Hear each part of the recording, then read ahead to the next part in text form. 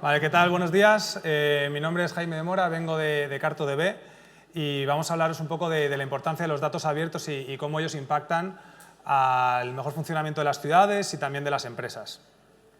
Antes que nada, para empezar, quiero contar una pequeña historia de lo que ocurrió en Haití en 2010 y cómo los datos abiertos ayudaron a salvar vidas. Entonces, voy a enseñaros un pequeño vídeo de 30 segundos que muestra cómo, tras el terremoto,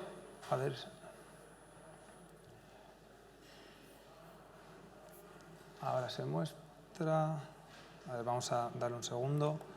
Va a mostrar cómo tras el terremoto la gente empieza a aportar datos por sus teléfonos móviles, por análisis de imágenes de satélite, porque Google, sea por motivos comerciales o porque no podía llegar hasta ahí, no tenía datos. Entonces, lo que son los marines de Estados Unidos, lo que son Naciones Unidas, no sabían dónde estaban las NGOs, no sabían dónde estaban las carreteras, cómo podían optimizar rutas para llegar a gente. Entonces, este mapa es bastante ilustrativo de cómo la gente en menos de una semana hizo más de 10 millones de contribuciones al proyecto. Pues vais a ver ahora cómo explota el terremoto, ¿vale? Cómo saltan las noticias en todo el mundo y cómo la gente empieza con sus móviles.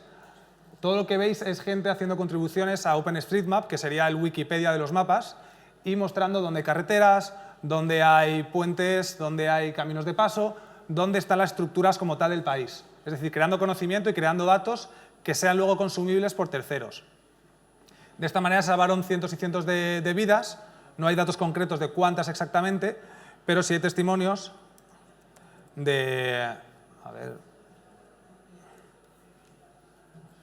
sí hay testimonios tanto de la costa, de la Guardia de la Costa de Estados Unidos,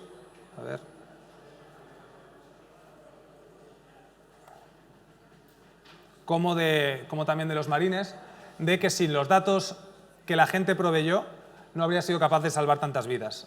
A ver, perdonad un poco que hay un poco aquí de pequeño delay. Seguimos. Entonces, estas son algunas declaraciones de gente que evidentemente ponía en valor los datos y cómo ellos pues, habían ayudado a salvar bastantes vidas. Decían que no solamente les habían mostrado dónde estaban las carreteras, sino evidentemente dónde había más población, por ejemplo, cuáles eran las zonas con más población, que eso no estaba registrado en ningún sitio, por lo tanto, podían también hacer recuento de vidas, cuánta gente faltaba, cuánta gente estaba viva o se había registrado con el gobierno y cuánta no. Voy a dar un paso atrás y voy a también explicar un poco qué son los datos, porque los datos quizá la gente más técnica sí que está acostumbrada a ellos y sepa lo que es y sepa gestionarlos y manejarlos, pero la gente menos técnica les suena como un concepto muy abstracto. Y yo pienso en mis familiares o amigos cuando les hablo de datos les suena como algo muy, muy abstracto. Al final los datos es información que es consumible por una máquina, por un ordenador, que se le puede hacer consultas, se puede gestionar, se puede almacenar en una base de datos. ¿Vale? Entonces, al final es simplemente información digitalizada, por decirlo de alguna forma sencilla. Y hoy en día los datos son, como mucha gente dice, es el petróleo del siglo XXI. ¿Vale? Si nos fijamos, por ejemplo, en las grandes empresas, tanto a nivel de finanzas como a nivel, por ejemplo, sobre todo de telcos o incluso gobiernos, el mayor negocio que hay a día de hoy es la monetización de los datos. Es decir, sacar información de esos datos, datos de consumo, datos de cómo se mueve la gente, datos de dónde está la gente y luego a partir de ahí pues hacer negocio. Lo que pasa es que hay unas grandes entidades que son los gobiernos que están un poco o un bastante por detrás a lo que es a nivel de capitalización y gestión de esos datos. Entonces, si hay un movimiento muy grande que en España todavía está empezando a crecer, que es el movimiento Open Data y que es básicamente datos abiertos, y hay distintos motivos por los que los datos abiertos son importantes. A ver si carga.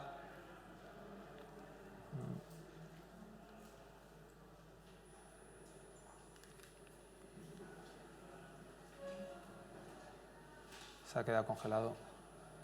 Bueno, pues distintos motivos, como primero, evidentemente la transparencia. Encima en un país que tiene tanta corrupción, pues el saber en qué gasta el gobierno, cuándo, por qué, a dónde va nuestro dinero. Eso es muy importante. También cosas que, por ejemplo, nosotros pensamos que están en Google, pero en Google no aparecen, por ejemplo, datos de cuál es el nivel de seguridad de mi barrio o cuántas cámaras de tráfico tengo yo en mi barrio porque me interesa, porque corro mucho con el coche.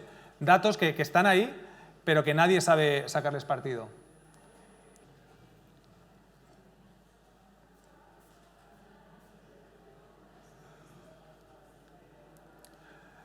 Lo que pasa es que los datos hay que ponerlos en contexto. O sea, solamente tener datos, como digo, es algo muy difícil de gestionar, es algo muy abstracto y es complicado de obtener valor de los datos. Entonces, una de las cosas precisamente que intentamos hacer en CartoDB es poner en valor esos datos y hacer que la gente los entienda. Una cosa que es clave, un factor que es clave, es que ese 80% de los datos tiene un factor de localización, es decir, todo ocurre en algún sitio. Como decía, ese terremoto de Haití, ¿dónde está puesta una organización de labores humanitarias, donde hay una carretera, etcétera? Todo ocurre en algún sitio y 80% de estos datos tienen un factor de localización, por lo cual son susceptibles de ser visualizados y entendidos de forma más sencilla. Es un poco cambiar el paradigma de verlo en un Excel y decir, vale, pues puedo ver que ahí está en Madrid, en esta calle, o verlo en una interfaz visual que hace más sencillo entenderlo. Entonces, básicamente en CartoDB lo que hacemos son creamos herramientas para que la gente pueda consumir estos datos, entenderlos y democratizar el acceso y el uso de los datos. A día de hoy ya tenemos más de 200.000 personas usando CartoDB para sacar valor de los datos y eso dice mucho de gente que no había estado nunca expuesta a los datos, que le sonaba chino lo que son los datos y a día de hoy pues hacen análisis, los visualizan, desde gente de gobierno a diseñadores, periodistas, todo tipo de personas. Un ejemplo muy bueno es uno de los primeros proyectos que hicimos con CartoDB se llama World Resources Institute, que es una organización a nivel mundial que trabaja muy cerca con la NASA para monitorizar, por ejemplo, en este caso, deforestación o dónde están todos los recursos naturales. Entonces os voy a enseñar lo potente que es esta herramienta porque también tiene una componente crowdsourcing y lo que permite es básicamente ver en tiempo real dónde está ocurriendo, dónde hay un fuego, dónde está ocurriendo la deforestación y a partir de ahí pues hacer análisis.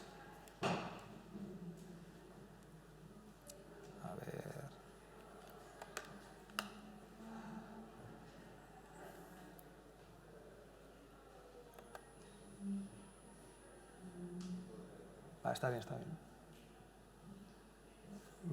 Se ha quedado ahí. Mientras os voy a mostrar otro ejemplo. Otro gran sensor también de cómo está la gente comportándose, otro sensor un poco de cómo está la gente comportándose es Twitter. En Twitter la gente al final es un sensor de dónde está la gente, qué piensa, qué siente, de qué habla. Y con Twitter, por ejemplo, también somos partners, trabajamos muy de cerca precisamente para ver estas tendencias a nivel mundial. Si hay un terremoto, en qué momento habla la gente de él, y hay casos en los que vemos, por ejemplo, que la gente habla antes de que evidentemente salgan las noticias, o incluso antes de que ocurra, hay gente que dice, oye, hay unos seísmos, está ocurriendo esto, y esta es la única forma realmente de sacar la información. Os voy a enseñar este ejemplo que es muy identificativo. Mira, esto es básicamente la campaña, esto fue hace ya 2 veranos, de Ice Bucket Challenge. Y empieza básicamente, estos son tweets geolocalizados, y empieza justo con un tweet simple en Boston, y se ve cómo pues, empieza a hacer viral la campaña, la gente empieza a hablar, todo más en Estados Unidos, y hay un punto en el que ya todo el mundo empieza a hablar del Ice Bucket Challenge. Entonces es un ejemplo de cómo coger datos para sacar sentido y saber qué está ocurriendo en el mundo. Entonces aquí veis, por ejemplo, cómo es bestial ya como todo el mundo, cómo se convierte viral esta campaña y todo el mundo empieza a hablar del Ice Bucket Challenge. Y luego está, a nivel de gobiernos, como decía, los datos, ¿vale? Los portales de datos abiertos, las iniciativas de datos abiertos. En Estados Unidos o en ciertos países están mucho más avanzados. Por ejemplo, este es un proyecto con el que estamos trabajando con... directamente es como el bebé de Obama, es uno de los principales proyectos de Obama. Bueno, no se ve. Y ese data.gov pues tiene más de 200.000 datasets subidos, desde dónde están los acuíferos, cuáles son las tasas de desempleo, cuál es el índice de seguridad en todos los puntos del país, y luego, evidentemente, los puedes visualizar con CartoDB. Este es un proyecto muy importante. Otro, por ejemplo, también con el que hemos trabajado es, por ejemplo, países como Tanzania. El World Bank hace una labor muy importante de datos abiertos y ayudando a economías y a países emergentes a sacar sentido de los datos por medio de estos portales. Imaginaos también la corrupción y un poco la falta de transparencia que hay en estos países, en las que los ciudadanos no saben ni en qué están invirtiendo sus gobernantes, ni qué población hay. Yo, por ejemplo, viví hace un tiempo ya en Guinea Ecuatorial, que evidentemente como sabéis, es una dictadura, y ahí no hay nada de datos abiertos. Ahí la gente no sabe, evidentemente, no sabe ni cuánta gente vive en su localidad, ni quién ha muerto, ni cuándo, ni cuáles son las tasas de desempleo, ni cultura, no hay ningún tipo de indicador.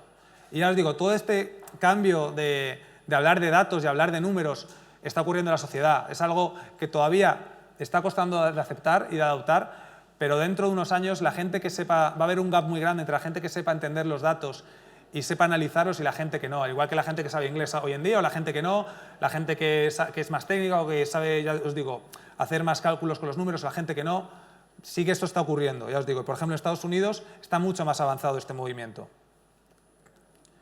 Y ya os digo, en países, por ejemplo, como Tanzania, en la que también, por ejemplo, saber dónde está un pozo de agua potable puede salvar vidas o es clave. Y cómo optimizar esa ruta, ese pozo de agua desde una localidad, cambia totalmente la vida de muchas personas. Luego hay un proceso también que seguimos en CartoDB, que es lo que llamamos Data Augmentation o enriquecimiento de los datos, ¿vale? Y es que si, imaginaros que cojo una empresa, y esto es por ejemplo también a nivel privado es muy útil, si cojo una empresa y tiene datos de dónde están, imaginaros McDonald's, dónde están sus McDonald's, puede saberlo, puede ver dónde están, pero no tiene contexto, no tiene información de lo que está ocurriendo alrededor.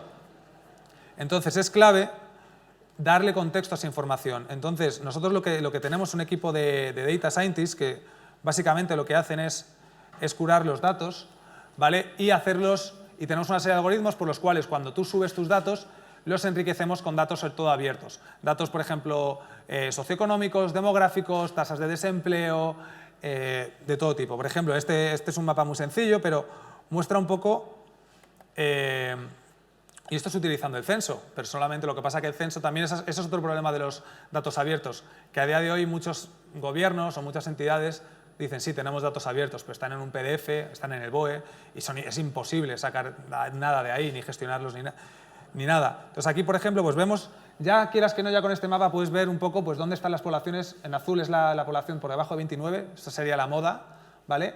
Y por encima de 29 sería la población más adulta, en rojo. Y vemos, por ejemplo, que en Madrid, o sobre todo en las ciudades más grandes, Barcelona, Sevilla, etcétera, es donde más población joven hay. Lo que es ya la España profunda, ahí la población está más envejecida. Y de hecho, si vamos a Madrid Centro, podemos ver de hecho cómo en Madrid Centro, la edad, todavía la gente, la edad media, todavía sigue siendo alta, mientras que lo que es en las afueras, pues vamos a Monte Carmelo, a Valdemoro, etcétera, todo eso está lleno de gente joven, porque es hacia donde está yendo la gente.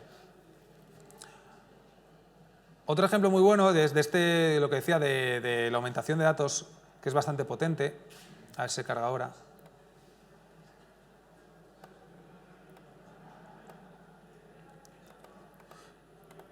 Mientras se carga, una cosa que todo el mundo pregunta, evidentemente, es si yo para qué quiero estos datos. Yo no voy a coger un viernes por la noche y me voy a meter a ver estos datos. Pero sí son datos que al final van a ser consumidos, como digo, por empresas, por científicos, por gente que está haciendo investigaciones, y el día de mañana, a medida que la gente sepa entender estos datos, va a consumirlos mucho más, pero evidentemente ese cambio también tiene que ocurrir desde las entidades que tienen poder para ello. Y es un cambio que luego va hacia la sociedad. A ver... No se carga. En este ejemplo, básicamente, lo que os quería enseñar era cómo... A ver...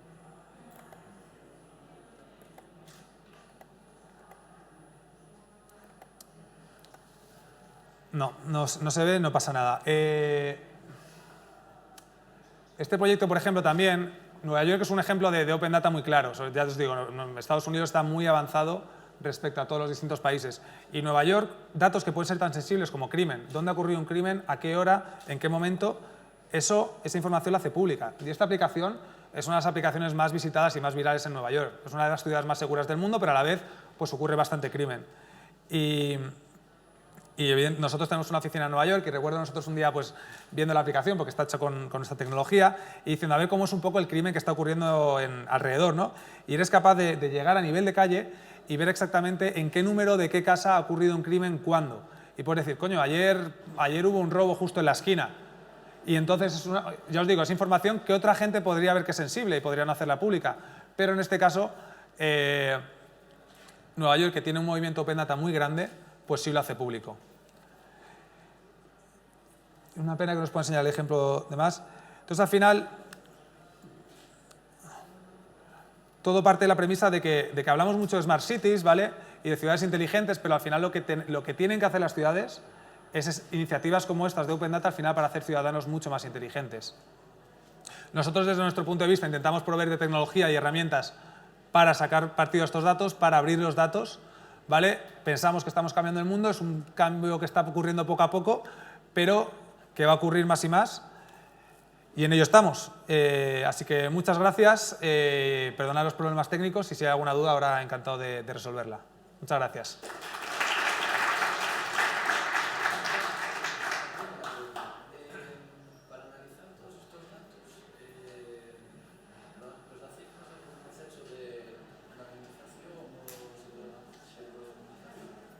Sí, en fin, al final todos estos datos, por ejemplo, todos los componentes demográficos, socioeconómicos, están agregados, entonces son anonimizados. No tienes, lo tienes a nivel, por ejemplo, de calle o a nivel de distrito, no lo tienes a nivel de individuo, de este individuo cuánto gana, eso está todo anonimizado.